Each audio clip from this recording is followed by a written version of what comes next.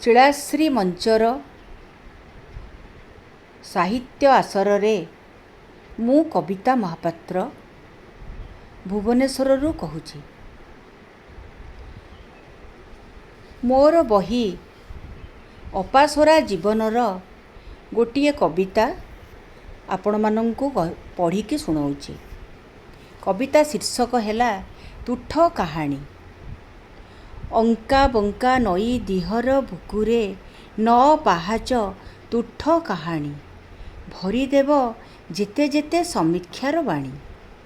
ପ୍ରଥମ ପାହାଚ ଜ୍ୱଳନ ଶିଖାଏ ମନ ନଥାଏ ଅକ୍ତିଆରରେ।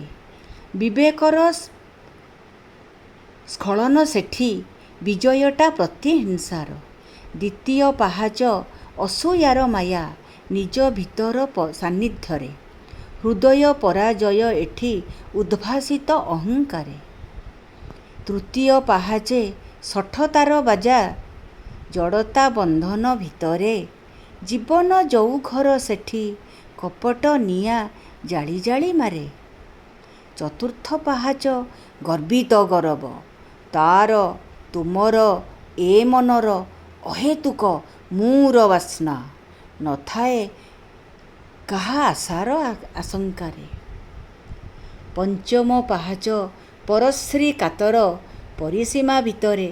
ଯେତେ ବିଚ୍ଛେଦର ଭାଙ୍ଗିଯାଏ ଘର ଆଉ ବାହାର। ଭରିଯାଏ ହାହାକାର।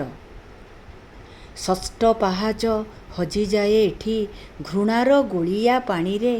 ସ୍ମୃତି ସବୁ ମିଶିଯାଏ ଭଲ ଆଉ କରମ ଆଦିରେ।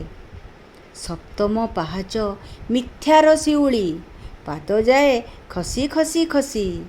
ସତ୍ୟର ଡେଙ୍ଗୁରା ଧୀରେ ଧୀରେ ଶୁଭେ ଜୀବ ଯାଏ ଶରୀରରୁ ଖସି। ଅଷ୍ଟମ ପାହାଚ କ୍ରୋଧର ଶିଳା ବିବେକର ଦଳିତ ରୂପ। ଅଚେତନ ବୁଦ୍ଧି ଏଠି ରହି ରହି ହସେ ଜୀବନ୍ତ ପାପ। 9 ପାହାଚରେ ଶାନ୍ତିର ପଦ୍ମ ଉଠି ଆସେ ପାହାଚ ଚଢ଼ି ଚଢ଼ି।